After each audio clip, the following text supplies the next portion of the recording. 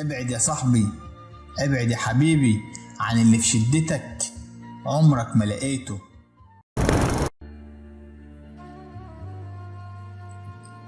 ابعد عن اللي طبعه مش طبعك، واللي ملوش غالي ولا عزيز علشان ما تصغرش نفسك. ابعد عن الناس القاسية، وحط تحت كلمة قاسية 1000 خط، اللي ملهمش عزيز ولا غالي. ابعد عن الكدابين بتوع الحوارات، واللي ماشيين عمرهم ما هيكونوا مخلصين. الإخلاص فعل خفي لا رقيب عليه إلا الضمير. ابعد عن اللي هنت عليه، وانت مرة هتهون 1000 مرة.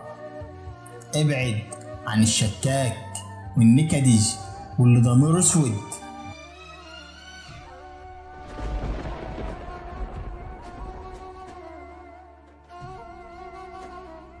بيبقى من الوحشة اللي جواه مفكر كل الناس زيه. ابعد عن بخيل المشاعر الأناني، هيستكتر عليك أي كلمة حلوة تكبر خاطرك. ابعد عن اللي شايف غلطته صغيرة وشايف نفسه ما بيغلطش. انت مش ناقص مرضى نفسيين. ابعد عن اللي تكبر خاطره وترضيه وتقرب له وهو يفضل مكانه ما يقربش. ابعد عن اللي تسامحه مرة واتنين ويرجع يكرر نفس الغلط، بيبقى فاكر نفسه أذكى منك وإنك ما بتحسش.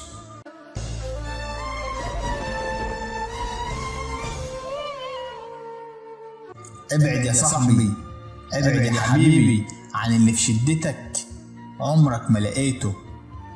ابعد عن اللي ما بيحترمش ولا بيكبر للكبير، هيبقى شايف نفسه شبح وبيعمل الصح وهو قلة الأدب ملياه، والأخلاق معدومة من عنده وأصلا عمره ما شاف تربية.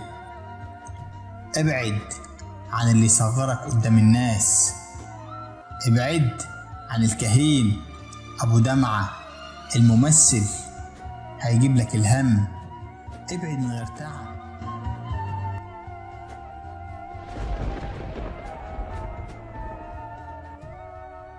ابعد من غير عتاب، ابعد من غير ما تعاتب. العتاب اتعمل للناس الراقية، الناس اللي لسه فيها الخير، اللي تبقى باقي عليهم. خليك باقي على اللي باقي عليك بس.